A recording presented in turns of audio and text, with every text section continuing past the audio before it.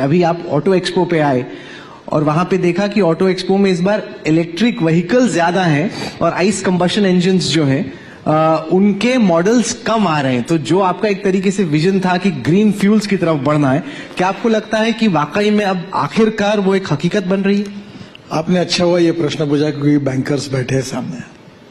हमारे देश में शुगर सरप्लस है। 280 लाख टन शुगर की जरूरत होती है, 360 लाख टन प्रोडक्शन है और पिछले साल का 60 लाख टन।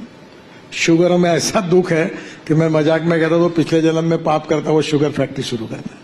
तो आज sugar surplus, corn surplus, rice surplus, wheat surplus, एक समय फूड वर्सेस फ्यूल ऐसा विवाद होता था। अब हमारी एमएसपी ज्यादा है और मार्केट प्राइस कम है। तो हमने ये किया है कि diversification of agriculture towards energy and power sector. हमारा किसान केवल अन्नदाता नहीं बने, ऊर्जादाता बने। और मैंने ऐसे अनेक उपक्रम अभी लिए हैं।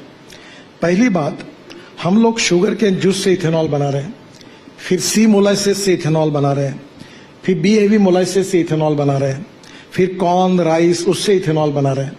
हमारे देश में 450 करोड़ लीटर इथेनॉल होता है।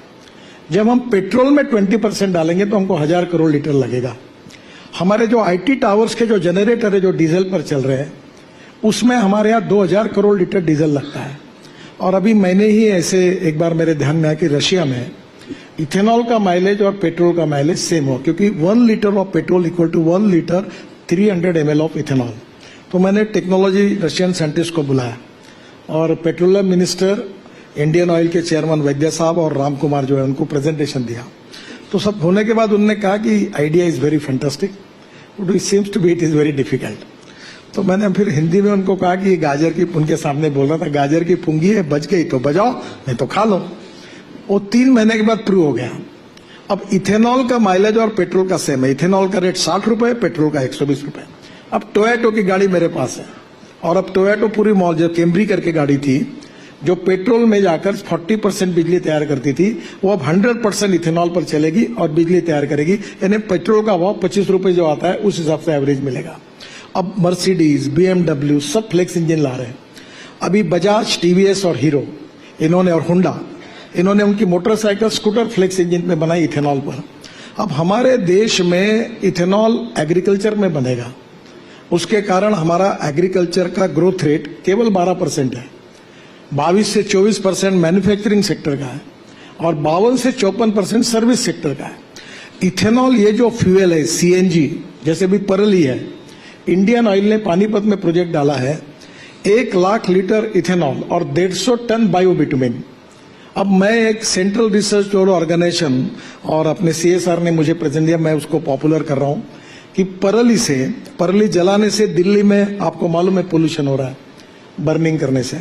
अब परली से 70% बायोबिटुमिन, जिसमें 8 फीचर्स ऐसे हैं जो पेट्रोलियम बिटुमिन से अच्छा है, और 30% बायोचार यानी कोल जो ऑर्गेनिक कार्बन है जो एग्रीकल्चर के लिए उपयोगी है।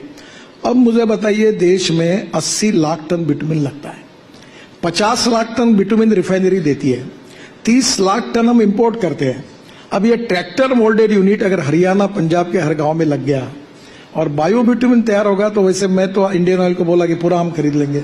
तो 30 लाख टन का इंपोर्ट बचेगा, यहां रोजगार निर्माण होगा, एग्रीकल्चर में परचेसिंग पावर बढ़ेगी और इन्वायरमेंट का प्रॉब्लम सॉल्व होगा। Import substitute, cost effective, pollution free और इंडिजिनियस। वैसे अभी पेट्रोलियम मंत्री जी ने कहा कि केवल हमने इथेनॉल ऐड करने से अब जो रेट बढ़े उसमें हमारा 40,000 करोड़ रुपए का फायदा हुआ। और आज आपको मैं बताता हूं कि हम 16 लाख करोड़ का इंपोर्ट फॉसिल फ्यूल का कर रहे हैं और उसके बदले में पोल्यूशन पूरा है, जिसके कारण हमारे हेल्थ प्रॉब्लम क्या हो रहे हैं। तो दिस इज द टाइम। अभी 5 टन ऑफ परली is giving 1 ton of bio CNG and bio LNG. और मैंने कल ही ऑटो एक्सपो का उद्घाटन किया, आप जरूर उसको जाओ। Electric car, flex engine, scooters सब आ गया। और वो मोटर, मुझे वो सियाम वाले सब कहते थे, मैं जब उनको बोलता था यूरो 6 का नॉर्म चाहिए तो मेरे ऊपर नाराज होते। मैं बोला मैं आए तो भी तुम्हारे साथ, नहीं आए तो तुम्हारे बिना बुलडोज करूंगा। अब कल उन्होंने पूरा ग्रीन एनर्जी का पैवेलियन बनाया था। मुझे इतनी खुशी हुई कि वो दिन अब दूर नहीं है कि ये 16 लाख करोड़ का इंपोर्ट कम होगा और कम से कम 7 से 8 लाख करोड़ अगर एग्रीकल्चर सेक्टर में जाएंगी तो ये 12% एग्रीकल्चर ग्रोथ रेट अगर 18 से 20% में गएगा तो आत्मनिर्भर भारत का प्रधानमंत्री का सपना पूरा होगा। तो import substitute cost effective pollution और इंडिजिनस ये अब सक्सेस स्टोरी बन रही है। दूसरी बात ग्रीन हाइड्रोजन की है, वो भी बहुत इंपॉर्टेंट है। जो पेट्रोलियम से बनता है वो ब्राउन हाइड्रोजन, जो कोल से बनता है वो ब्लैक हाइड्रोजन, और जो ग्रीन हाइड्रोजन है वो 3 है। और सरकार ने 20,000 करोड़ हाइड्रोजन मिशन के लिए रखे हैं। अब जैसे पानी से मैंने अभी आपको उल्लेख किया था कि मथुरा में मैंने हाइब्रिड एन्युटी में ATMLD स्लज को त्रिवेणी इंजीनियरिंग ने लिया है और वो प्रोजेक्ट सक्सेसफुल हो गया। 20 करोड़ इंडियन ऑयल वो पानी खरीदता है और वो हाइब्रिड एन्युटी में सक्सेस हुआ।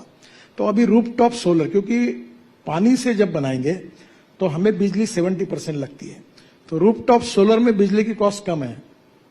और इलेक्ट्रोलाइजर में India is number 1 in the world in manufacturing of electrolyser.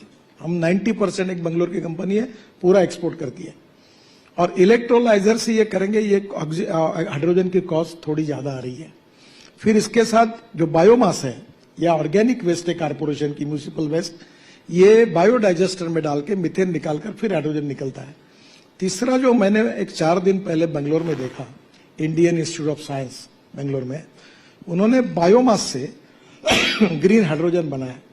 मेरा जो एक्सपेक्टेशन है कि हमारा ग्रीन हाइड्रोजन 100 रुपए किलो मिले। अगर 100 रुपए किलो अगर ग्रीन हाइड्रोजन होगा तो 1 लीटर में वो 450, 1 किलो में 450 किलोमीटर चलता है। मेरे पास ग्रीन हाइड्रोजन की कार है टोयोटा की, उसका नाम है मिराई। मिराई मीन्स भविष्य। दिल्ली आओ, मैं एक बार घुमाऊंगा, मर्सिडीज से अच्छे इफेक्ट्स हैं।